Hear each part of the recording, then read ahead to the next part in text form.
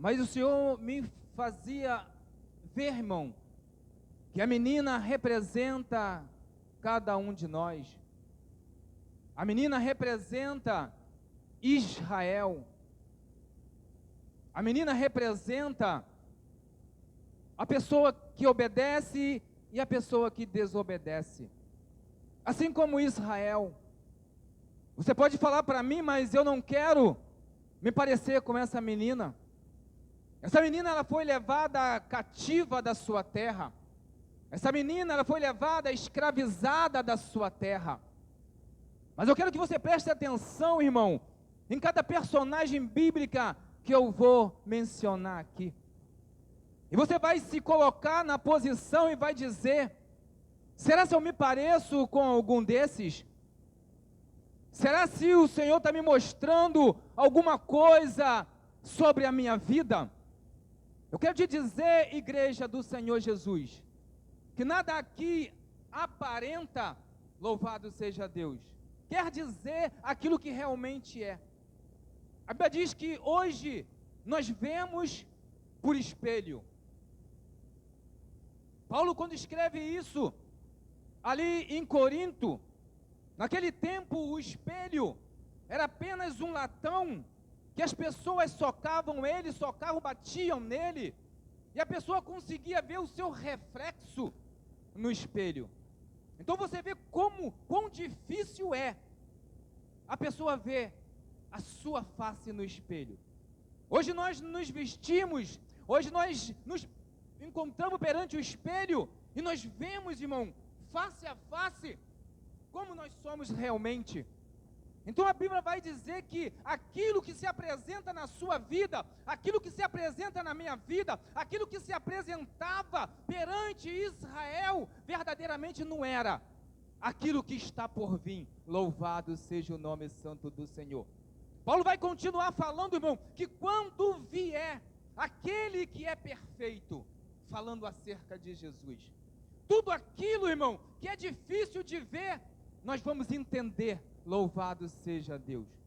Hoje as coisas acontecem na nossa vida. A vida dessa menina, irmão, parecia que iria virar um inferno. Ela estava na casa do Pai. Ela estava na cidade santa. Ela estava, irmão, louvado seja Deus, no lugar certo. Todos no mundo tinham que ir até Israel para adorar o Deus Criador do céu e da terra. Então ela estava no lugar certo, ela estava no meio do povo certo. Mas se nós vermos, irmão, a história daquela época, a Bíblia diz, louvado seja Deus, que os povos vizinhos estavam atacando Israel. E Deus agora não está fazendo nada. Quando o povo estava andando com Deus, quando o povo estava na direção de Deus, Deus expulsou todos os cananeus daquela terra. E deu ao povo de Israel, irmão, aquela terra que a Bíblia diz que emana leite e mel. E agora, irmão, o povo está atacando aquela cidade. Louvado seja Deus. E vai trazer sobre nós, irmão, um grande homem chamado Naamã, que era chefe que ele era um grande homem perante o rei da Síria, e respeitado por todo, porque por ele o Senhor dara livramento aos sírios, e ele era varão valoroso, porém era leproso. E eu pedi: Senhor, me deixa falar sobre Naamã, me deixa falar sobre cura, porque, irmão, é muito fácil falar sobre Naamã, é muito fácil falar sobre cura. Eu poderia falar, irmão, sobre o profeta que estava em Samaria. A Bíblia vai dizer que esse homem, irmão, ele fez mais obra do que aquele que ele sucedeu.